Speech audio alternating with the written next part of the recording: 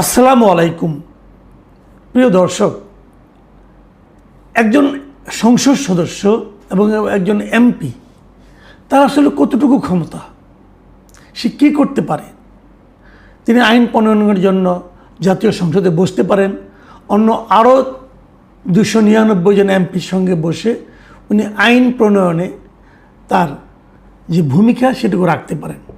কিন্তু তিনি কি একজন ওসিকে চাইলেই সরিয়ে দিতে পারেন? তিনি কি চাইলেই একজন সেনাবাহিনীর কর্মকর্তা, একজন মেজরকে চেঞ্জ করে ফেলতে পারেন? তিনি কি চাইলেই প্রশাসনের যে কাউকে ওনার ইচ্ছা মতো যখন তখন যে কোনো জায়গা থেকে অন্য এক জায়গায় বদলি করে দিতে পারেন? এটা তো পারার কথা না। আইন অন্ততপক্ষে তা বলে না। এ ধরনের চাওয়া মাত্র একজন লোককে সরিয়ে দেওয়া যায় একমাত্র যদি তার বাসার কাজের লোক হয়, থাকে সম্ভব যে তুমি আমার কাজের লোক, তুমি কালকে থেকে নাই, যাও এখান থেকে, বিদায় হও, এটা সম্ভব। কিন্তু একজন ওসি সে তো এমপির কাজের লোক না, একজন মেজর তো একজন এমপির কাজের লোক না। তাহলে এ ধরনের কথা যখন কোনো এমপি বলেন, তখন সেই এমপির এখতিয়ার, এমপির মানে সুস্থতা, মানসিক সুস্থতা এবং এমপির ক্ষমতার অপব্যবহার, এসব নিয়ে কিন্তু প্রশ্ন উঠবে। এমন একজন এমপি সন্ধান আমরা পেয়েছি, সন্ধান পাইনি, উনি নিজেই জানান দিয়েছেন যে উনি কত ক্ষমতাধর। তিনি হচ্ছেন জামাতে ইসলাম মনোনীত এমপি, উনি পটুয়াখালীর বাউফল আসনের এমপি মিস্টার শফিকুল ইসলাম মাসুদ। তিনি গত শনিবার দুপুরে বাউফল উপজেলার সূর্যমণি ইউনিয়ন পরিষদের সামনে ঈদ পুনর্মিলনী অনুষ্ঠানের প্রধান অতিথি ছিলেন এবং সেখানে তিনি বক্তৃতা দেন। এবং বক্তৃতা দেওয়াকালে তিনি যে কথাগুলি বলেছেন সে কথাগুলো আমি আপনাদেরকে আগে পড়ে শোনাতে চাই। আপনারা শুনুন উনি কী বলেছেন। উনি বলেছেন এক পর্যায়ে 2 ঘন্টার মধ্যে ওসিকে চেয়ার থেকে সরিয়েছি, 2 ঘন্টার মধ্যে সেনাবাহিনীর মেজরকে চেঞ্জ করেছি এখান থেকে। এগুলো উনি করেছেন। একজনকে চেয়ার থেকে সরিয়ে দিয়েছেন, আরেকজনকে চেঞ্জ করে দিয়েছেন। একজন পুলিশের উপজেলা থানা প্রধান, আরেকজন একজন সেনাবাহিনীর মেজর, এবং উভয় ক্ষেত্রে তার সময় লেগেছে মাত্র 2 ঘন্টা। তিনি আরও বলেছেন কি দেখেন, অনেকে বলে ভোটে এমপি হয়েছেন, আমি বলি খালি ভোটে এমপি হই নাই, পাওয়ারেও এমপি হয়েছি। পাওয়ার দেখাইতে আসবেন না, পাওয়ার দেখাইবে 5 লক্ষ মানুষ। মানে ঠিক আছে, মানুষ পাওয়ার দেখাবে, কোনো সমস্যা নাই, আপনাকে কেউ পাওয়ার দেখাতেও আসবে না, এটাও আপনার প্রত্যাশা বাস্তবায়িত হোক, কোনো আপত্তি নেই আমার। কিন্তু আমার আপত্তি হলো আপনি যখন বলেন যে আপনি কেবল ভোটে এমপি হন নাই, পাওয়ারে এমপি হয়েছেন, তখন আমরা একটা আতঙ্কিত হই। আতঙ্কিত হই এই কারণে যে আমাদের জানা ছিল না যে পাওয়ারে এমপি হওয়া যায়। আমরা সব সময় জানি যে এমপি হতে হয় ভোটে, ভোট বেশি পাবেন এমপি হবেন। এখানে পাওয়ার খাটানোর জায়গাটা কোথায়? নাকি আপনি ভোটের বাইরেও পাওয়ার খাটিয়েছেন, সেই পাওয়ারের মাধ্যমে এমপি হয়েছেন, তাহলে তো আপনি অবৈধ এমপি। তাহলে তো আপনি যথাযথ নির্বাচনের মাধ্যমে হন নাই, যথাযথ নির্বাচন তো পাওয়ার দেখানোর কোনো সুযোগ নাই। আপনি এখানে দেখান নাই, আপনি পাওয়ার খাটাইয়া এমপি হয়েছেন বলে নিজেই দাবি করছেন। আমি তো মনে করি এই ব্যাপারটা নিয়ে নির্বাচন কমিশনের এখন দেখাশোনা করা উচিত। উনি কি বলছেন আসলে এগুলো? এবং উনি কাউকে হুমকি দিতে যায়, কাউকে সমালোচনা করতে যে নিজের সম্পর্কে কিছু কথা বলেছেন। উনি বলেছেন শফিকুল ইসলাম মাসুদ কী জিনিস এইটা বাউফলের মানুষকে দেখানোর দরকার নাই, শেখ হাসিনার কাছে যাই না নিয়েন, শেখ হাসিনার কাছে জিজ্ঞাসা করে দেখে নিয়েন শফিকুল ইসলাম মাসুদ কি জিনিস। ভাই, শেখ হাসিনার কাছে পাবো কোথায়? আপনি যে শেখ হাসিনার কাছে জানতে বললেন, আমার খুব জানার ইচ্ছা আপনি কী জিনিস, কিন্তু আমি কি করে জানবো?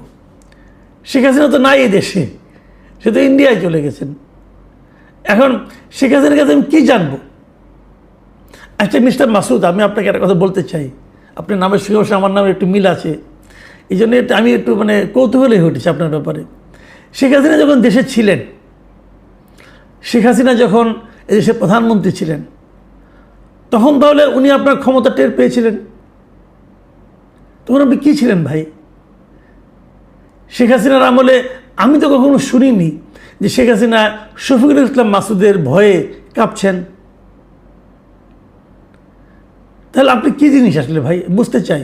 আবার আরেকটা যে উনি যে কী জিনিস এটা প্রমাণের জন্য আরেকটা কথা বলেছেন যে রাজশাহী বিশ্ববিদ্যালয়ে খোঁজ নিয়ে যাইনেন, ওইখানকার সবচেয়ে বড় সন্ত্রাসীর কাছে জিজ্ঞাসা করেন শফিকুল ইসলাম মাসুদ কী জিনিস।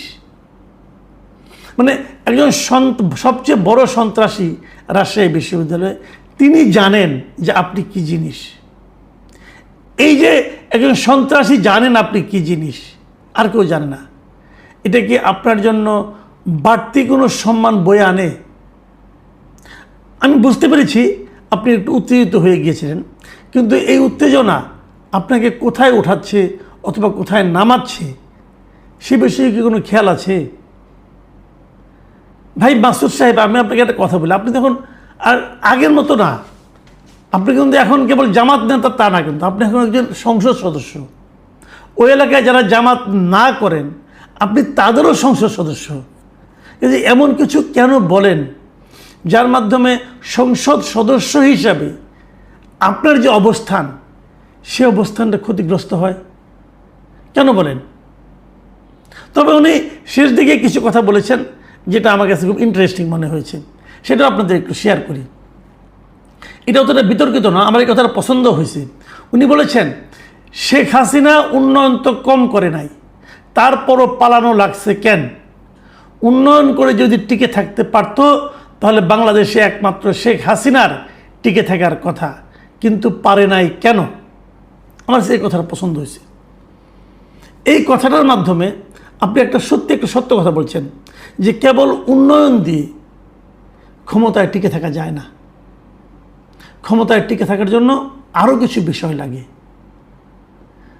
মানুষের আত্মসম্মান নিয়ে বাঁচার যে অধিকার, সেই অধিকারটাকে যদি সম্মান না করতে পারে কোনো সরকার, তাহলে সেই সরকারের জন্য টিকে থাকা আসলেই কঠিন হয়।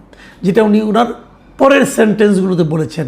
তিনি বলেছেন, শফিকুল ইসলাম মাসুদ বলেছেন, রাস্তা দিছে, ঘাট দিছে, সেতু দিছে, এইটা করছে ওইটা করছে, কিন্তু মানুষের মনে কোনো আনন্দ ছিল না, মানুষের অধিকার ছিল না। জনগণের অধিকার ও মত প্রকাশের স্বাধীনতা নিশ্চিত না হলে শুধু অবকাঠামোগত উন্নয়ন দিয়ে মানুষের আস্থা অর্জন করা সম্ভব নয়। চমৎকার কথা, আমি আপনার সঙ্গে একমত, আমি টোটালি একমত যে অবকাঠামোগত উন্নয়ন দিয়ে মানুষের আস্থা অর্জন করা যাবে না। মানুষকে মত প্রকাশের স্বাধীনতা দিতে হবে, জনগণের অধিকার দিতে হবে। খুব ভালো বলেছেন, কিন্তু এটা বলতে যে উনি আরেকটা কথা কিন্তু এই ফাঁক দিয়ে কিন্তু বলে ফেলেছেন, যেটা নিশ্চয়ই দর্শক আপনারা খেয়াল করেছেন, আমিও পড়েছি। সেটা হলো উনি স্বীকার করেছেন যে এই দেশে শেখ হাসিনার মতো এত উন্নয়ন আর কেউ করেনি। Very interesting point.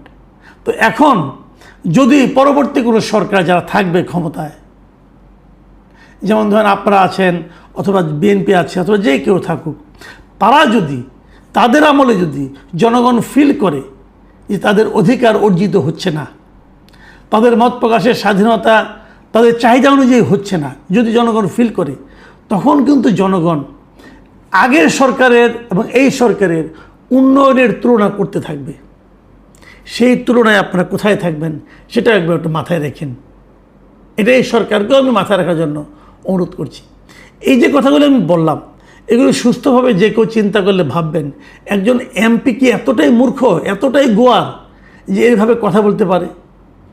কিন্তু আমার এখন মনে হচ্ছে যে আসলে পারে। কেন বলছি যে আজকে সোমবার বিকেল বেলার দিকে দৈনিক প্রথম আলোর পক্ষ থেকে শফিকুল ইসলাম মাসুদকে ওনারা ফোন করে জানতে চেয়েছিলেন যে এগুলো উনি বলেছেন কিনা। তখন উনি বলেছেন যে আমার মরহুম বাবা, শ্বশুর এবং স্ত্রীকে নিয়ে যেভাবে মিথ্যা ও অশালীন কথাবার্তা সামাজিক যোগাযোগে প্রচার করা হচ্ছে তা কোনো সুস্থ মানুষের পক্ষে মেনে নেওয়া খুবই কঠিন। তাদের উদ্দেশ্য করে কিছু কথা বলেছি, তবে অনেক ভালো কথাও বলেছি, তাও প্রচার করা উচিত। এখানে একটা কথা দেখেন, সামাজিক মাধ্যমে অনেক কিছু বলা বলি হয়। আপনার বাবা, শ্বশুর এবং স্ত্রীকে নিয়ে যারা প্রচার করেছে তারা নিশ্চয়ই অন্যায় করেছে, খুবই অন্যায় করেছে।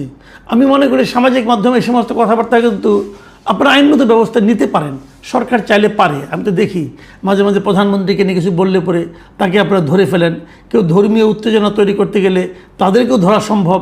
তো এই ধরনের যদি কেউ মনে করেন যে তার ফ্যামিলিকে অথবা তার মান সম্মান নিয়ে হানিকর কিছু কেউ বলছে, তাহলে সেটা ধরে ফেলানো উচিত এবং তাদেরকে শাস্তির আওতায় আনা উচিত।